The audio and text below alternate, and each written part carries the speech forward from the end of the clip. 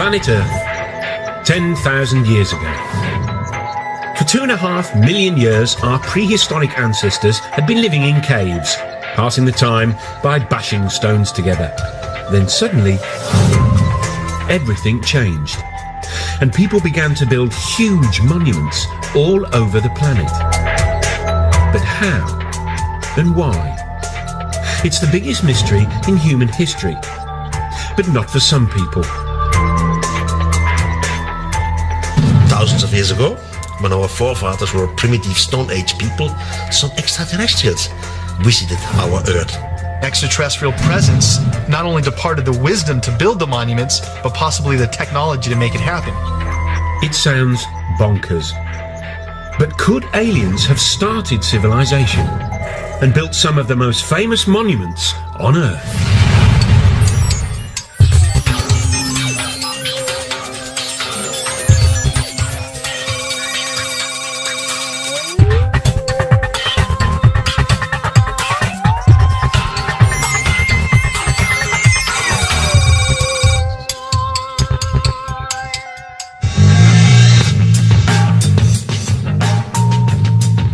All over the Earth, there are giant stone monuments. Almost everyone knows they were created thousands of years ago by ancient man. But could almost everyone be wrong? According to the official history books, buildings like the pyramids and Stonehenge are triumphs of human engineering, which mark the beginning of our human civilization. But there are a few nagging questions about them, like why they seem to appear out of the blue.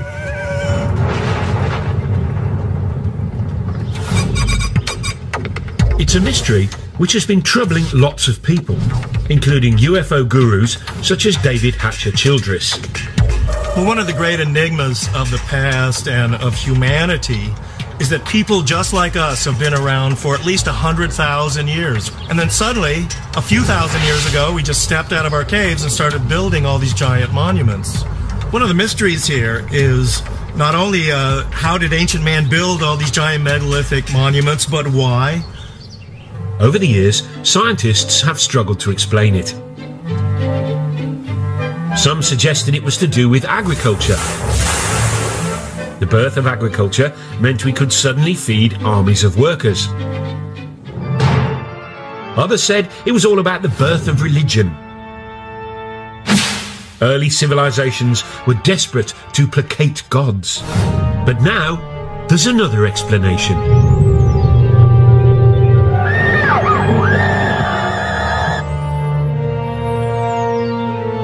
One group of people say that most of these monuments were built or designed in the distant past by aliens who visited our planet with their super advanced technology.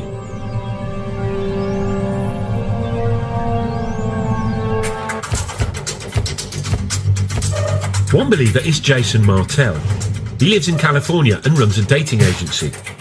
But in his spare time, he's been grappling with the biggest archaeological mystery of our time. And he says he solved it.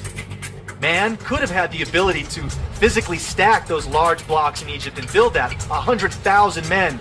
But the knowledge to do it had to come from somewhere else. There had to be some type of intervention, and that's why I look towards the ancient astronaut theory. Ancient astronauts from somewhere else came here and influenced our society. Jason and other believers say this idea would explain some baffling questions about ancient monuments. Take Stonehenge. How did Bronze Age Britons drag these 5-ton stones over 170 miles? And then there's this 1,000-ton block at Baalbek in the Lebanon. It weighs as much as 3 Boeing 747s. How did ancient man shift that? And then there's the biggest controversy of all, the Pyramids of Giza. The biggest one is made from 2.5 million blocks of stone. It was built in just 20 years and is lined up exactly with the North Pole, less than 1/10 of a degree out. According to the experts, the answer is simple. The ancient Egyptians were just terribly clever, worked very fast and very hard. And they created a whole tourist industry in only a few decades. But that doesn't convince the likes of Jason Martell. Many of the ancient sites around the world display a type of brilliance that we don't attribute to ancient man. If ancient man is living in clay huts and using stone tools, they're not going to have the advanced mathematics and geometry to lay out some of the sites that we have today. How did ancient man build things like Stonehenge? How did they get the Giza pyramids to line almost 1/10 off a degree to actual north? So what do the official Egypt experts say? Egyptologists think there's no big mystery.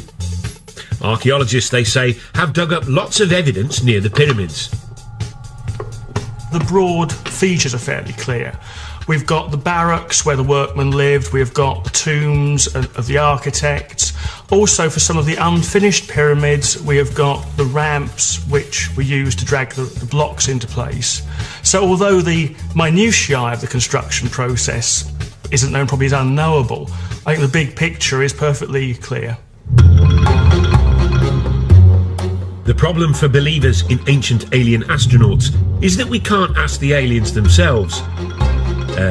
Or can we? Lisa Royal Holt says that she knows that aliens built ancient monuments. That's because she is an intergalactic medium who's in direct spiritual contact with an alien called Sasha. Apparently, Sasha lives billions of miles away, but luckily, reception is crystal clear. Over to you, Lisa. Well, greetings to you. This is Sasha. It is a pleasure to be with you this day, and we are so excited that you have an interest in this subject matter. Our intentions for our interaction with Earth humans is absolutely, totally in peace, love, and joy. Thank you, Lisa. I mean, Sasha. That's very reassuring. But what about the pyramids? Who built them? In ancient days, my forefathers came to Earth. We were seeking another place to colonize. The monuments were built by extraterrestrials, usually for actual scientific purposes. Okay, we'll be back with the aliens soon, so we can hear firsthand about what experiments they got up to. But first, let's meet the godfather of the ancient alien astronaut theory, the man scientists and archaeologists love to hate. Traditional archaeology don't like mysteries. They have the answer for everything. They just declare something, and the rest of the world has to believe it.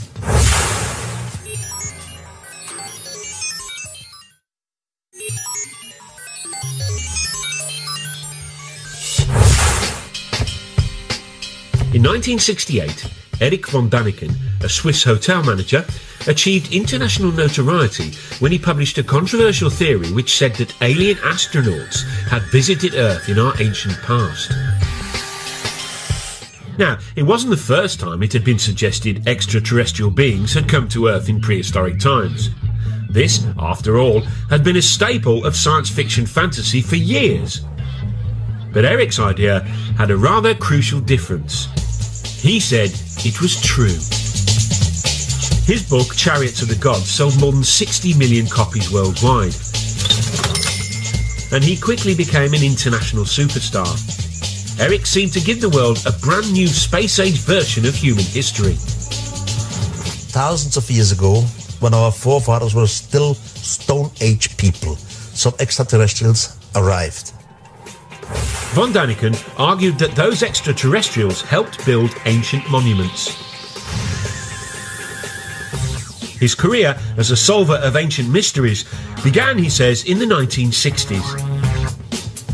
While other people were taking drugs and generally rebelling, Eric was pondering ancient buildings, and one in particular, the Great Pyramid of Egypt. Built as a tomb for the pharaoh Cheops, it's made of 2.5 million stone blocks. Some of the biggest weigh up to 80 tons and were transported from quarries hundreds and hundreds of miles away. And that was 1,000 years before the invention of the wheel. To Eric von Daniken, that posed a huge question. Not why the aliens didn't give us the wheel, but another big question. This is the largest man-made monument on Earth. With a height of about 450 feet and weighing 30 million tons. It's quite a piece. I mean, for a group of people or architects who came right out from Stone Age time.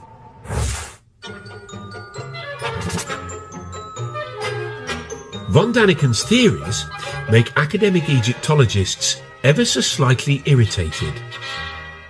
Von Daniken doesn't seem to like human beings very much. He does them down, claims that people are just out of the Stone Age. Well, the Stone Age actually ended some centuries before the pyramids were built, for starters. As far as I'm concerned, Eric von Daniken is a one-man self-publicity machine. I wouldn't characterise what he does in anything like scientific work. But no matter what the experts say, Eric has stuck to his guns. I was never afraid to be ridiculed. I was never afraid that others have a complete different opinion to me. It's wonderful. It's their freedom. But I at least read most of the archaeological books, while the other side, they have no idea what Eric von Daniken says. He states that you couldn't cut granite except with laser beams. Well, it's been shown that using a copper saw, using just ordinary desert sand as an abrasive, within a week or so you can slice through a great chunk of granite. As far as the professionals are concerned, Egyptians didn't need big lasers and big UFOs to move stones. They relied on their big Egyptian muscles. The transport of blocks of stone isn't an issue. Egyptologists have actually done experiments with large numbers of people in a large block of stone, and you just pull it. Some of the blocks came from Aswan. Take the ceiling of the King's Chamber. This is from Aswan, but this is 1,000 kilometers away from here. It's not so easy. There's actually a carving in an Egyptian tomb showing them moving a huge statue exactly by that, simply by muscle power. So there's no mystery about how the Egyptians moved great blocks of stone. And here it is. There are no aliens in this ancient Egyptian carving of the pyramids being built, unless they're cunningly disguised as ancient Egyptians, which is probably why it doesn't appear in any of von Daniken's books. I fail to understand why people can't really grasp the fact that these things were built by the men and women who lived at that time in that country.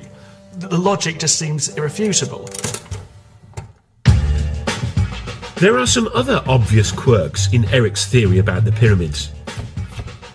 For one thing, he says after the aliens left, humans did build some pyramids, using alien technology left behind. How did they do that? That's another mystery. He's not quite sure. He also says the pharaoh's tombs were actually a cunning attempt to copy the alien science of cryogenics, which preserves the dead in a state of suspended animation. Von Daniken was quickly dismissed as a crank, and still is. But the archaeologists don't have it all their own way, for there's one irritating little puzzle they haven't been able to solve yet. According to the scientists, the Great Pyramid was completed in just 20 years. Given there are over 2 million blocks, that means the Egyptians had to quarry, move and set a block every minute and a half of every day, 365 days a year for the whole construction period. One has to admit that the details of pyramid construction remain obscure. 2.5 million blocks in such a short time? There really must be doubts if you have a reasonable brain. Having wowed the public with his theory about pyramids, von Daniken then set out across the world to find more evidence of more alien ancient activity. These extraterrestrials have left some proof. But the question is complicated. Left what? What could they have left? And what do you know? He saw that proof everywhere. This 5,000-year-old African cave painting, for example, he says, is of a spaceman, complete with helmet. This ancient stone, he claims, shows people using telescopes. And when he climbed into this Mayan tomb in Mexico, he found what his book would later say was a carving of what seemed like an extraterrestrial traveller in his spaceship.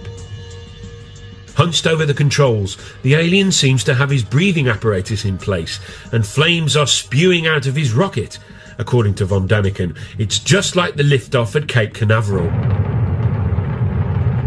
And then he said he had the revelation which proved his idea had to be true when he visited South America and flew over the famous Nazca lines in Peru.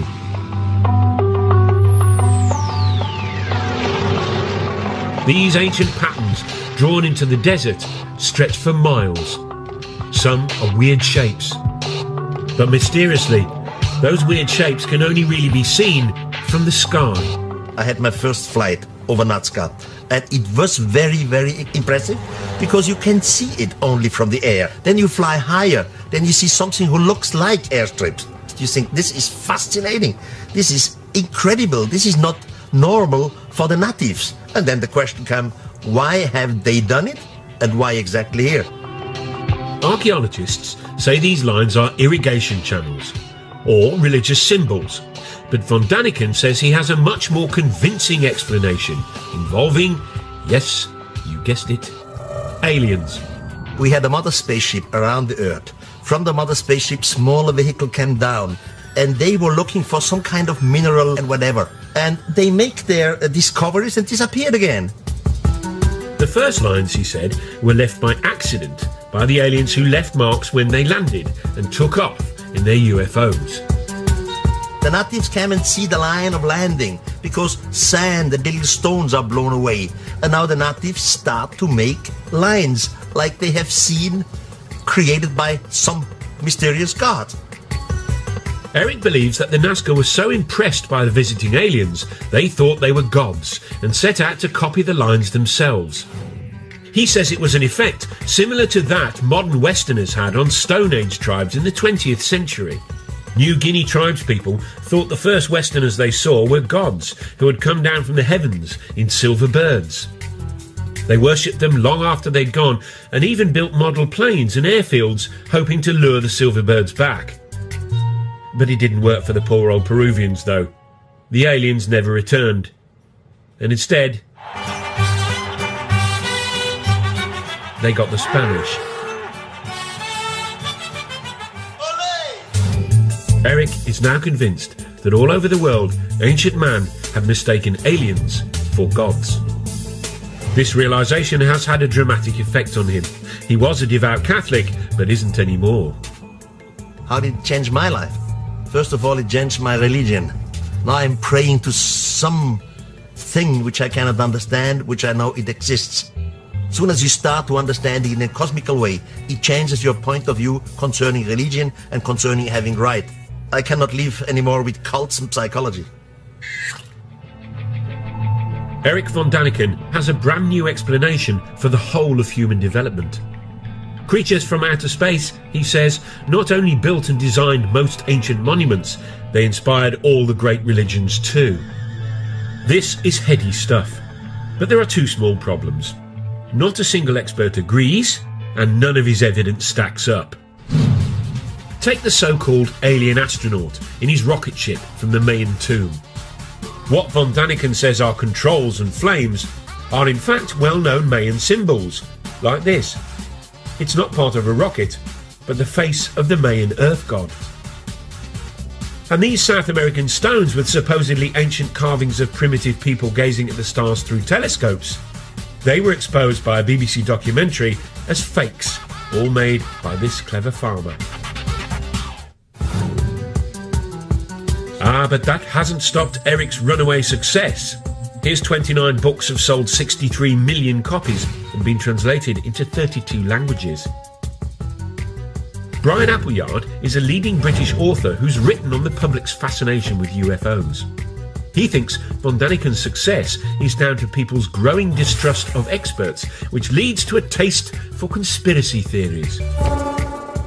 Now, people by the 60s and 70s, and because of the Cold War, people were paranoid, convinced that governments were lying to them, convinced that something was concealed, and convinced that the world was not as we were told it was. So people were ripe for a story. They were ready to hear a story about extraordinary things. The von Daniken phenomenon seems unstoppable. He makes so much money from his books, he recently opened his very own theme park, which celebrates his unorthodox beliefs. Complete with reconstructions of some of the ancient monuments. You see great things like the desert of Nazca in Peru, like Stonehenge. It's a laser show, by the way. In a breathtaking laser show, the visitor experiences the spectacular sight of Stonehenge. There's even a guided tour which aims to answer all those big questions you've been dying to have answered. Did the mythical continent of Mu ever exist? What is the secret of the underwater structures off the Japanese island of Yonaguni?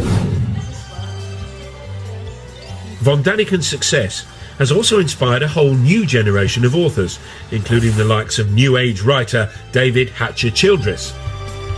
People are attracted to Eric's theories, I think, because there are genuinely unexplained mysteries of the past.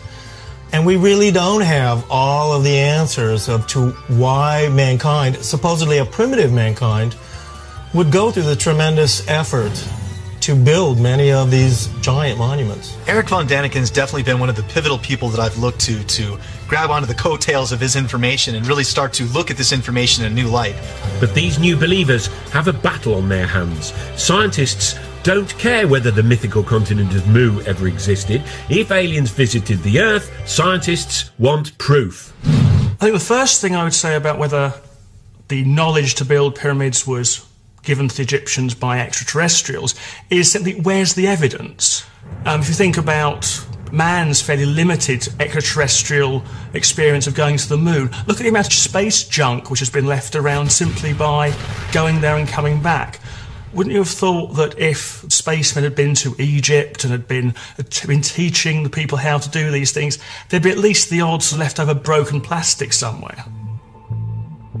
The believers, though, say they've found some evidence, although whether it's very convincing is a whole different question. According to them, aliens did leave some space-age technology behind. This 2,000-year-old pottery jar, for example. It was discovered in Baghdad in 1938. Inside it were copper and iron rods, similar to a modern battery. Back in California, Jason Martell has built his very own replica. What we're looking at basically is just a simple clay pot formed with the clay found naturally in that region, and then using a simple copper lining and a iron metal rod down the center. This was in back in their days used either a rubber or an asphalt stopper. Jason fills the pot with an acid solution, vinegar, and now he's expecting something spectacular to happen. All right, the moment of truth.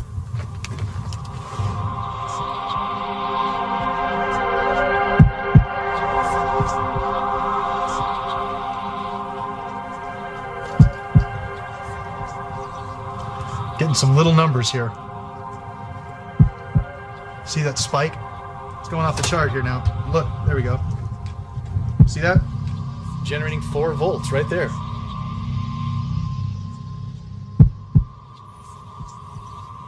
What we attribute to ancient man, they deserve a lot more credit than we're giving them. Because obviously we can test the devices with our understandings of technology and get a reading. Here we are, 4 volts right there from the battery.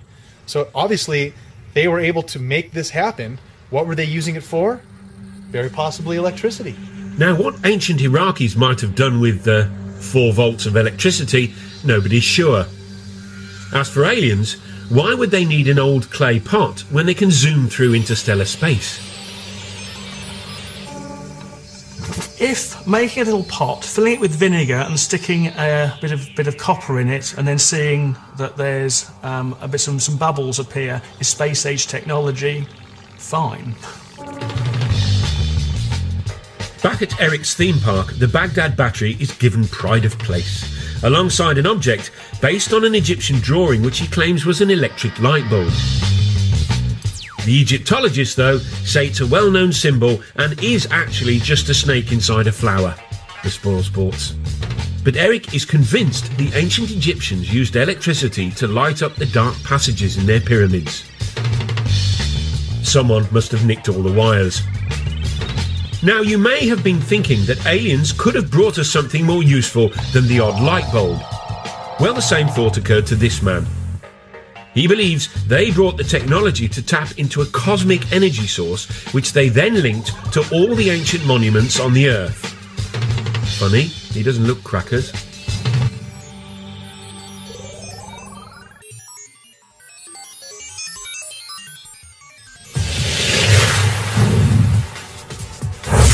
One of the things that makes human beings sort of special is that we live in big, sophisticated societies full of big, complex buildings. It's called civilization. Which is why so many people positively hate the idea that the whole thing might have been kick-started by aliens. At the heart of the theory is the suggestion that extraterrestrials built the very first big buildings of all back in the ancient past. Which is all very well and good, but the believers have had a hard time explaining why the aliens did all this. Were they just trying to show off? Not according to this man. Here he is, hiding in Stonehenge.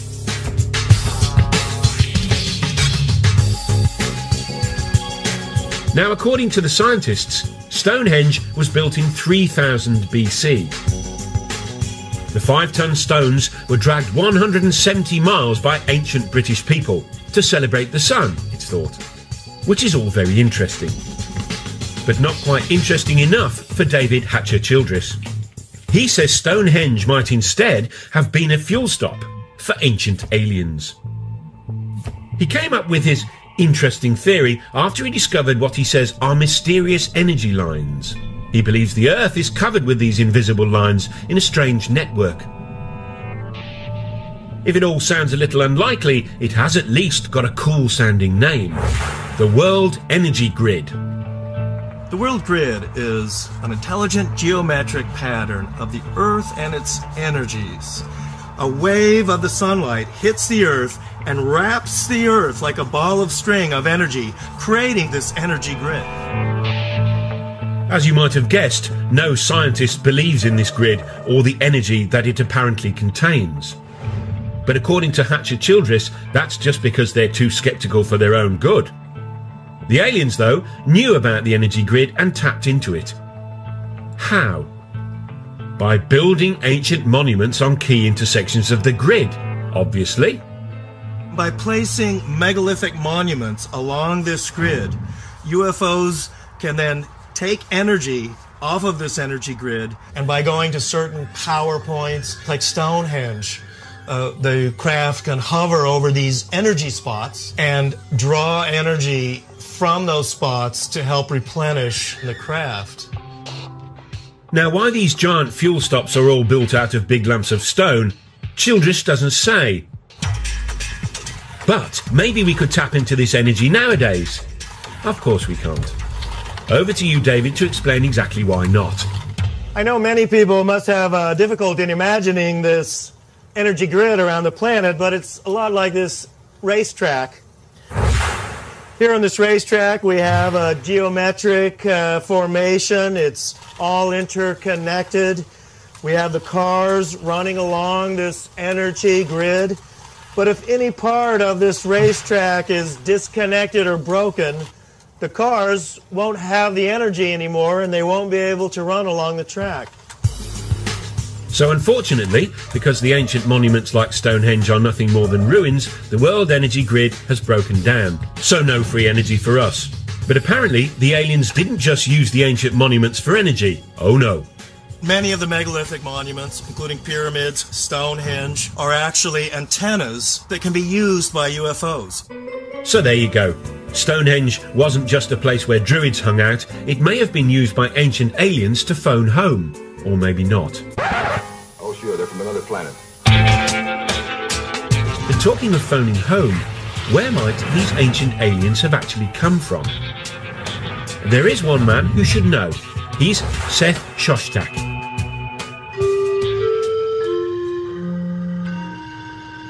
He heads up SETI, the Search for Extraterrestrial Intelligence. This is a scientific study that's been scouring the constellations for the last 20 years, listening for radio signals from alien life forms. It turns out that lots of scientists believe that life probably did arise somewhere else other than the Earth. After all, the universe contains trillions and trillions of stars. Seth Shostak has devoted his life to being the first to prove it. You know, the universe is vast. It seems that most stars have planets. There are going to be lots of other worlds that are just as nice as the Earth for life. The question is, has life arisen on those worlds? Planet X. Jason Martell is convinced aliens are from there. He says that the ancient Sumerians from Iraq believed in a 10th planet in our solar system, which modern science hasn't yet discovered. Sumerians, he says, believed that's where their gods, the Anunnaki, hung out. Again, the Anunnaki are the beings supposedly that come from Planet X, another planet within our solar system that modern science is currently trying to look for. That planet does exist. It's possible we have ancestors living on that planet. Just a minute. Ladies and gentlemen, we bring you this special radio television broadcast in order to give you the very latest information on an amazing phenomenon. It was looking good for Planet X when in July 2005 astronomers announced they had actually discovered a big blob way out beyond Pluto. They called it Planet Xena. But they've now realised it's really small and full of gas, so not likely to be the home of the Anunnaki or our ancient alien visitors. But there's one candidate for alien life that obsesses more people than any other. It's our closest neighbour, Mars. It's also the planet that's most like our own.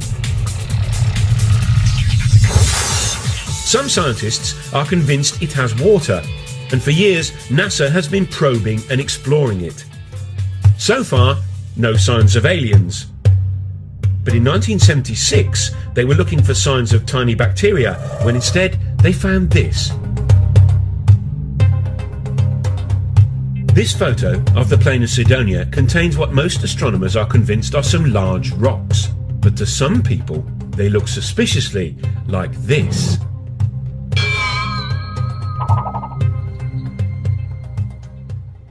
Here's one guy who thinks that's exactly what they are. Tom Van Flandern is a renegade astronomer who has his own theory about Mars and junk.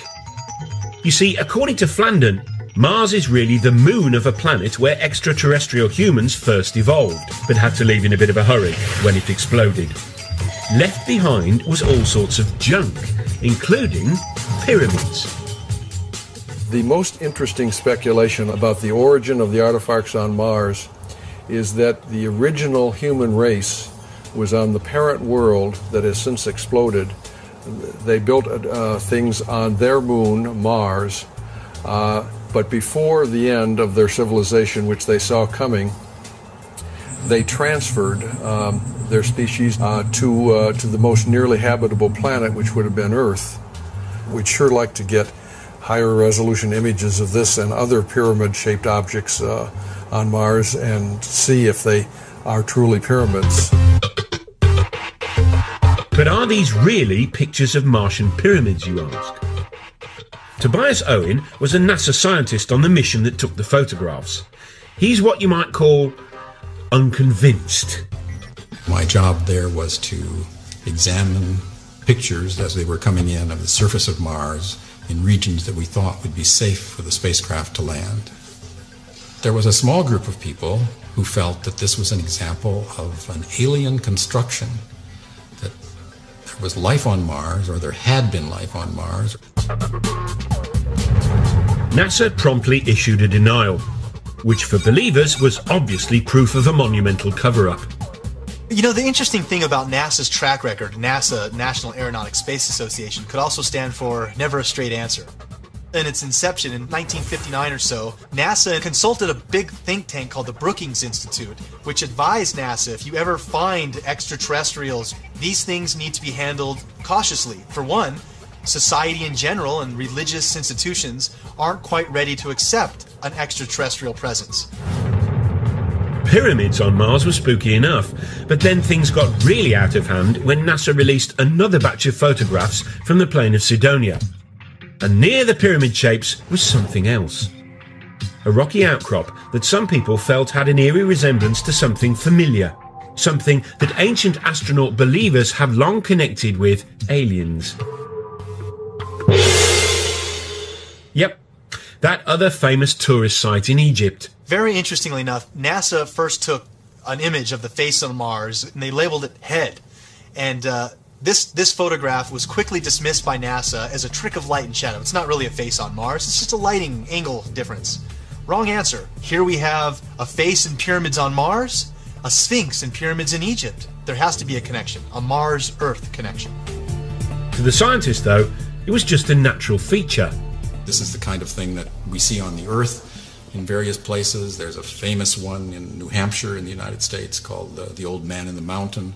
And there's a tendency among us humans to try to see images of ourselves in nature. And here was a perfect example, but happened to be on Mars.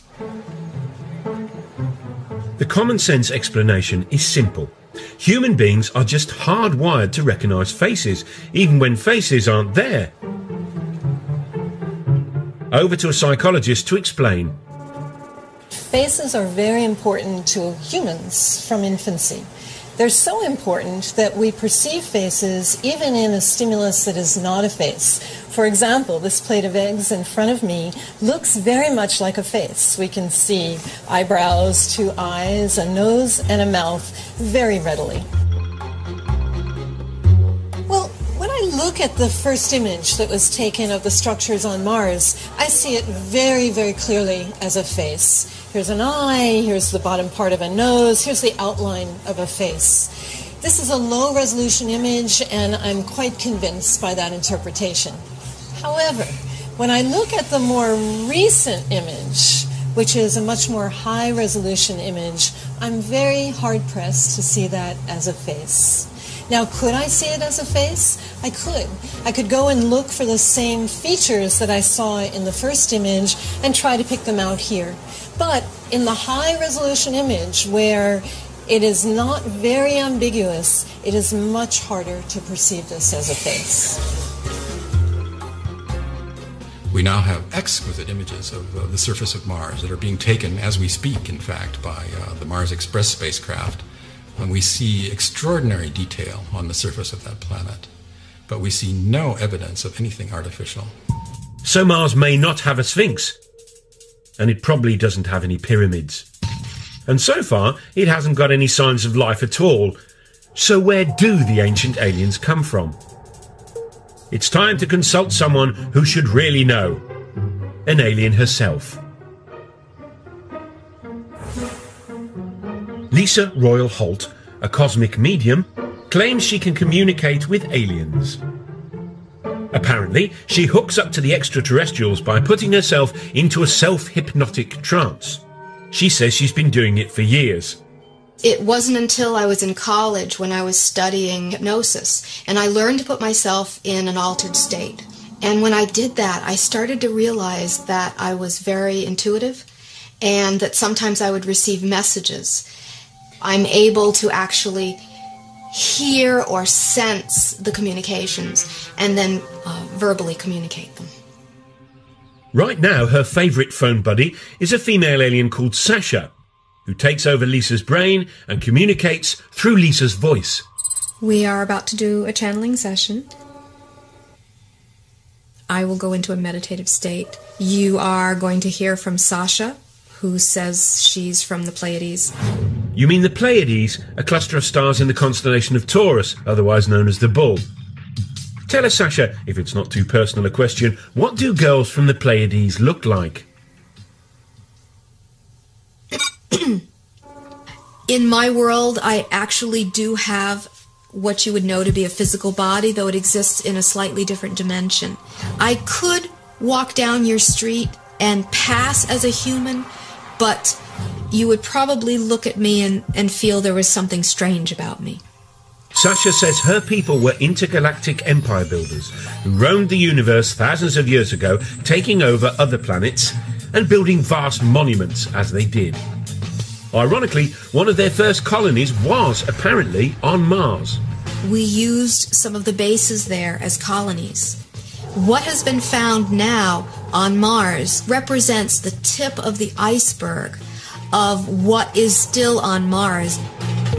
But Mars was merely a stopover for Sasha's people. She says they soon turned their attention to us. My forefathers thus have been very interested in Earth for a very, very long time. It's time to find out the answer to the biggest question of all about the ancient astronauts. Why did they come here? According to Sasha, they may have been up to more than building monuments and starting civilization. Could they have created the human race?